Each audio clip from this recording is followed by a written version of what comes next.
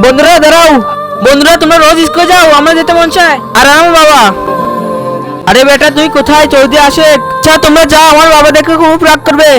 ঠিক আছে ভাই। বাচ্চারা আজকে যা হোমওয়ার্ক দিছি তা করে নিয়ে এসো। ঠিক আছে স্যার। স্যার আপনার স্কুলে পড়তে চাই আমি। তুমি কি আর তোমার কাছে বই আছে? না আমার কাছে বই নেই, আমি কালকে নিয়ে আসবো। ঠিক আছে কালকে নিয়ে আসো। আল্লাহকে ভালোবাসো, অবশ্যই লাইক সাবস্ক্রাইব করে দিবেন। যদি না করেন মনে করলে আল্লাহকে ভালোবাসেন না।